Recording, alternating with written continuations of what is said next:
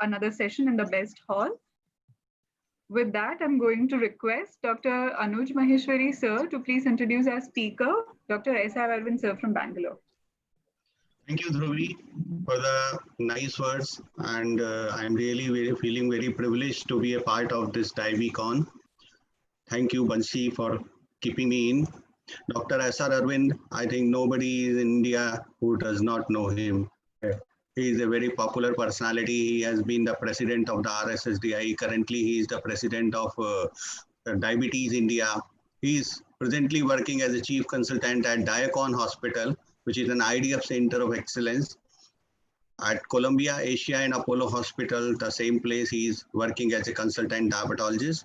He is a course director of postgraduate studies at RGUHS and RSSDI through JNU University. President RSSDI, as I already told you, he has conducted over 80 phase 2 and phase 3 studies, has over 70 publications, authored many textbook chapters. He has got the Guinness Book record holder for highest number of foot screening in a day in 2013. Lifetime Achievement Award from Karnataka RSSDI he has received in 2013, and many more may be in his credit, but with not taking much time, over to Arvind, to you. Thank you so very much, Anuj. I think at the outset, I would like to really congratulate Dr. Bansi and Shashank for coming out with this wonderful conference. I was told that there are close to over 20,000 people from 38 countries who are actually watching this. So fantastic, and my congratulations. And if I'm allowed to share my screen, I will start sharing my screen now. So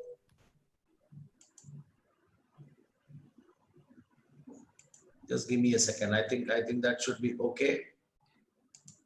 Yes. Okay, you can see this visible. Thank you so very much for saying that. With that, I will start now. Now the topic, I don't know who gives me this topic, because many a times towards the end of the day, most of the people will either be sleeping or they'll be snoring, and many others who have to speak towards the end. And in this virtual era, we can't even see who is sleeping and who will be snoring. So let's see what happens. So this is my conflict of interest. And for this particular talk, I should say there is no conflict of interest at all, because, well, I'm 62 years young, and I don't think I can have conflict of interest even like this when I was young. I think only Manoj, Bansi and people like them will probably have this kind of conflict of interest. And I must ask Panikar whether he had this kind of a conflict of interest when he was young. I think we'll come to that a little later. So whenever this topic comes to my mind, is sulfonylurea proved in the current era? This is what comes to my mind. You know, why are people still asking this question? Is there anything left for sulfonylureas to prove at all, whether it is the current era or it was 20 years back? It is like asking somebody like Amitabh Bachchan that, okay, I will take you as an actor only if you give a screen test, and then if I prove, or if you prove that you are good. You know, this is what the feeling that I'm getting. I will start with a more philosophical way today, because I would like to change the way I'm going to take this topic in an entirely different wavelength. At 62, you become more philosophical. You start enjoying things that you never really enjoyed, something like the solar eclipse. And solar eclipse is the time to focus on internal change, and that's what comes with age.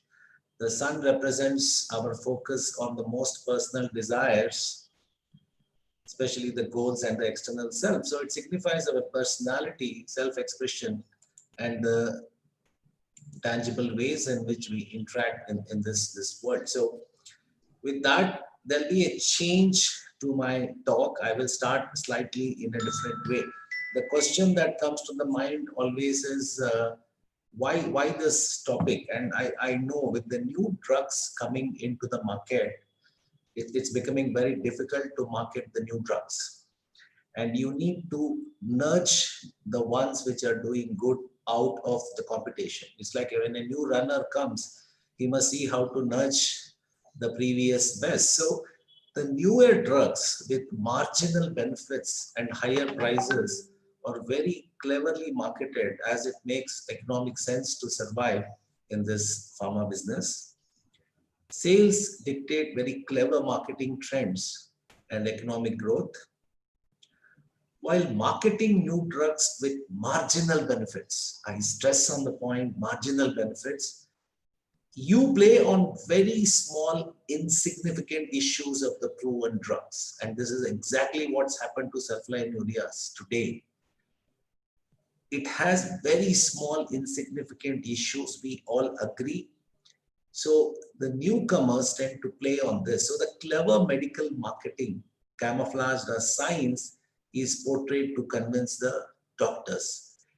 And repeatedly, we hear the same insignificant side effect of a proven drugs, and it starts creating some kind of a doubt. Repeatedly, you are told, this is the problem with the drug, that is the problem with the drug, you don't use it, and look at my new drug, it has this benefit, that benefit. And it starts working on your mind. And that is exactly what has happened to this drug also.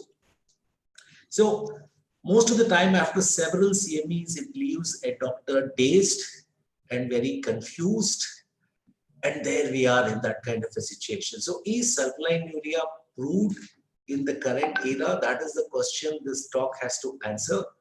So we have to look at it from the economics and the science perspective. Science people already know there's been an overdose of science. It's difficult to sell science. So I will start with the economics first of what exactly is happening to these drugs. Now the marketing trends, I'm quoting here from the report of 2019 IMARC. The Indian diabetes market reached a value of US $2282 million. It's a huge, huge market sitting there. And the market value is projected to reach 4,962 million by 2024. And the annual growth rate is close to 16.7% during 2019 and 2024. On the basis of the region, the market has been segregated into urban and rural regions. The prevalence of diabetes in the urban population is much higher as opposed to the rural areas. The 80-20 formula that every MBA graduate uses for a pharma is very clear. 80% of your business is coming from the 20% of your doctors. And where are these doctors and where are the patients? In the cities. So that is why a lot of CMEs also happen. So repeatedly we are told, and all this talks about the medical marketing and what goes into medical marketing, etc., etc. I'll not go into the details of this.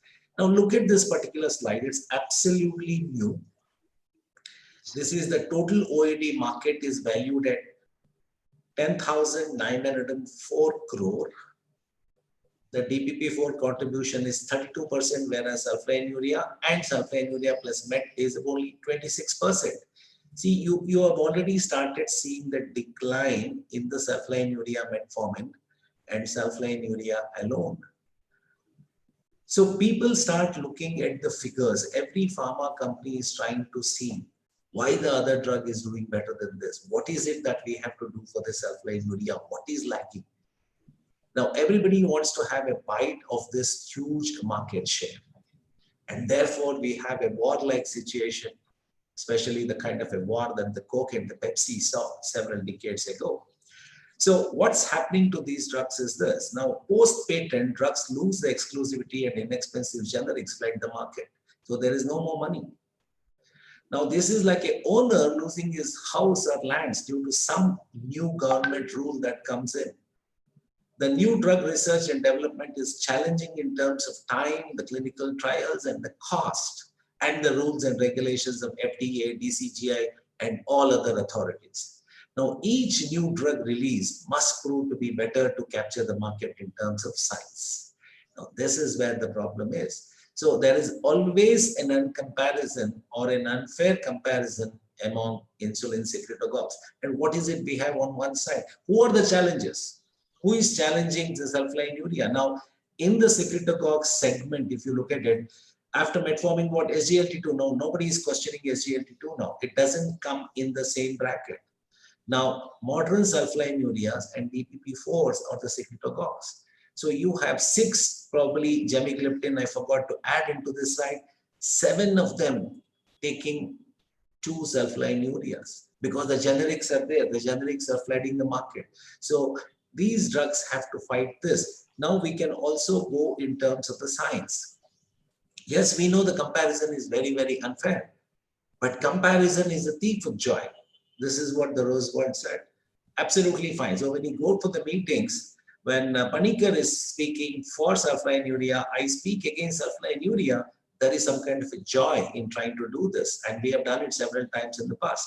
And what do you expect of an ideal OAD? Well, these are all the points. All of us know, the entire group knows about this. So sulfonylureas clearly have a place in the care of type 2 diabetic patients and should be considered an important part of the armamentarium that we have today. For several reasons, we'll come to that.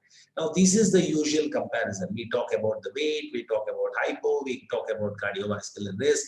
Several times we have spoken this, but when it comes to efficacy, nobody questions the efficacy of a sulfonylurea for the simple reason we know sulfonylureas give you the best HbA1c reduction. And this is a slide which talks about sulfonylurea when it is compared to the other secretagogues. Now, especially let me just take DPP4 here, 0.5 to 0.8, where sulfonylurea can be 1 to 2. So efficacy-wise, it's still number 1. It's sitting right on top of the Mount Everest. So the maximum reduction in HbA1c is with sulfonylureas. There is no worry at all. Now let's look at the second part of it, the weight gain part of it. I've just taken one slide, and this is from the Carolina study. Straight away, when they used glimepiride 3 to 4 milligrams for more than 5 years, what you saw was a very marginal weight increase. In fact, 600 grams of weight was initially gained in the group taking glimepiride, and by the end of the trial, the glimepiride group weighed just about 1.5 kgs more than the linagliptin participants. Now, if you sit at home for 2 days and listen to the lectures in the Diavicon, probably you will put on 1 kg because you're sitting, listening to the lovely lectures, eating a lot of nonsense food. So this is what happens. So 1.5 kg, just educate them about a good diet and how to redistribute the weight. This is not a big problem. Weight gain is not an issue. And even with advanced, glycoside has very clearly shown that there is hardly any weight gain in this advanced trial when they saw glycoside. Now let's look at hypoglycemia per se. Now hypoglycemia, nobody talks about hypoglycemia when insulin is used. We all know at some point of time we all have to use insulin, and we don't have an insulin which does not cause hypoglycemia. So nobody talks about it. But when it comes to sulfonylurea, everybody blames it and say that it's a big side effect of sulfonylurea. Now we must tell everybody, every doctor, that hypo is not a side effect, but the effect of good efficacy. So sulfonylurea is lower blood glucose. Giving too much is a problem, just like insulin. It is too much of the effect. It is not a side effect, and patient just needs education about it. And that's not a major undertaking at all. Hypoglycemia can easily be managed with good education, and we know whether you use insulin or oral agents across the spectrum of type 2 diabetics, we do see hypoglycemia. So this should be one important thing that we teach all our patients, how to manage when they have a little hypo. Now, this is about the hypoglycemia when we come to glimepiride compared to the DPP4's 9.1% versus 11.2. It's a very small absolute difference, hardly any problem when it comes to DPP4. And this is the summary from the Carolina study. This is something, a very interesting slide. I keep talking about it. See, hypoglycemia with glimepiride, okay, it was 3 times more. But you know, surprisingly, in spite of increased hypo, there was no increase in death. In fact, hospitalization due to heart failure was lower in the group which actually took glimepiride. We'll come to that at a later time. Even though the Carolina study said 3 times more hypos with glimepiride, hospitalization due to heart failure was much less. So this is something that we have to look into. Now, when you come to the advanced trial with glycoside, hardly any 0.7% severe hypoglycemia. They were easily able to manage this. So this was also not a problem. My slides are not moving. Is there any way in which, because whenever a question comes up, pops up, my slides stop moving? Yeah, that is for the question. So sir, just click on the slide, then it will It will. No, click on the question and then you click on that. Now it's on. No, here. Okay, thank you. So we'll come to the Carolina CVOT itself. I don't know what FDA had in mind, whether it is the good luck of glimepiride or the bad luck of linagliptin. These two were pitted. I don't think glimepiride would have gone through a CVOT trial at all, if not for Carolina. And nobody knew at the beginning. They thought either linagliptin would win hands down or glimepiride would lose and things like that. And what did we see after 6.5 years was something fantastic.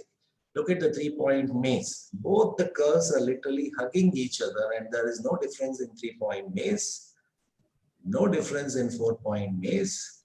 Both of them are absolutely fine. And this one particular slide shows you hospitalization due to heart failure or HF. There, actually glimepiride favored the group taking glimepiride did better compared to the linagliptin. So this is what I was trying to say.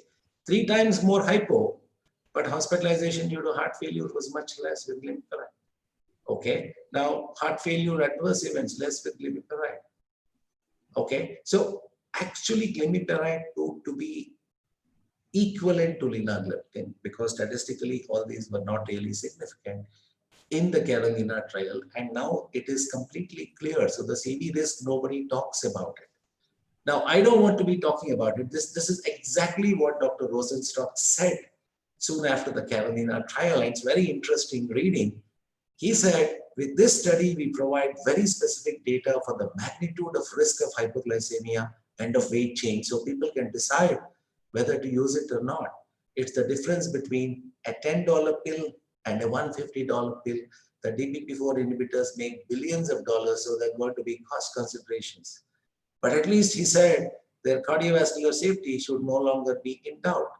Now, even better than that, the present president of the ADA, Dr. Robert Eckel, made this particular statement during a press conference briefing to discuss the findings. Incoming ADA president at that time, Robert Eckel commented, I have been taking patients off sulfonylureas for years if their third-party payers allow it. Now, this study has helped me to know that I can continue sulfonylurea safely now. That's because, like all of us, even there, the CMEs concentrate on the bad effects of hypoglycemia that can happen with sulfonylurea. So repeatedly, we are told that it's bad, bad, bad, bad. At one time, you tend to think that it is bad. Now, let's come back to the realities of our own country. No, it's urban vibes about rural charm, but I think it has kind of changed over in the COVID days. The rural area has more vibes, and I don't think there is any charm left in the urban. And this is the population we are catering to, and 66% of the population live in rural areas, 30% of the population live in urban areas. Still, you have more sales in the urban area, as I discussed earlier. And if asked what is more fearful of a disease than the disease itself, the answer will be cost of its treatment. In India, over 70% of patients pay out of pocket for medicine. This is something that we should not forget at all as doctors. So I just would like to summarize and say there is a definite role for sulfonylureas, and it is proved in the current era in terms of science. You know, whether it is newly diagnosed, uncontrolled hyperglycemia, whether it is overweight patients, it's not going to really add patients with CVD heart failure, with CKD, especially glycoside showed a reduction of 21%. So we know all these things. So we can actually use a sulfonylurea very safely in all our type 2 diabetic patients. So this was the title. Is sulfonylurea proved in the correct era? My answer is going to be yes. Sulfonylureas are aging, but still going absolutely strong. Amitabh Bachchan may have aged from the days of Diwar, but absolutely going strong even now. A little pause. People thought I would end my lecture there. No, I'm not going to end my lecture there at all. Picture abhi baki hai mere dost. This is something that I wanted you all to see. I had shown you this slide earlier. This is the OAD market valued at 10,904 crores. But if you look at the trend now, even though we say ours is a poor country, less affordability, the DPP-4 market is definitely growing. It is a sulfline urea metformin which is actually going down. So there is a trend reversal which is happening, and reasons are very clear. Availability of cost-effective gliptins and the price reduction after the patent expiry of vildagliptin. I think this has played a very, very major role. So we have to note this as to why doctors are moving in towards safer options. They still are scared of hypoglycemia and irritable weight gain. So they are looking for safer options. They were unable to prescribe expensive gliptins. Now that the cost-effective gliptins are available, vildagliptin coming down, they are freely using it. Now there is a disturbing trend that may cause the doomsday for sulfonylureas. This is a slide which I want my pharma colleagues to look at it.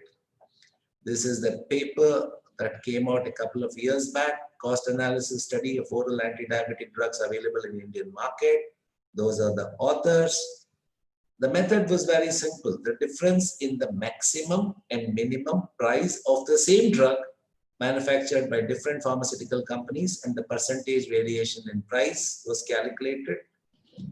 In single drug therapy among sulfonylurea group of drugs, glimepiride shows maximum price variation of 656%. Glimepiride 2 mg with metformin 500 mg combination showed 362% variation in the pricing from company to company. Glycoside 60 or 80 plus metformin 500 combination showed a difference of 332% variation.